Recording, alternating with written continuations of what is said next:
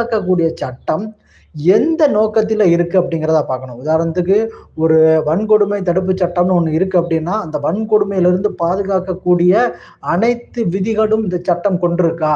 அப்ப இதுக்கு முன்னாடி இந்த மாரியான ஒரு வன்கொடுமை நடக்கப்பட்டிருக்கா? அப்படி நடந்துச்சுன்னா, அத தடுக்கிறதுக்கு ஏதேனும் ஒரு சட்ட செயல்முறை இருக்கா?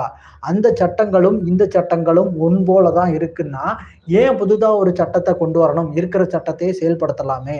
அப்படிங்கிற ஒரு கேள்வி எழும்பும்போது, இந்த சட்ட வல்லுனர்கள் என்ன செய்றாங்க அப்படின்னா, இல்ல இப்ப இருக்கக்கூடிய சூழ்நிலைக்கு புதிதாக ஒரு சட்டம் தேவ.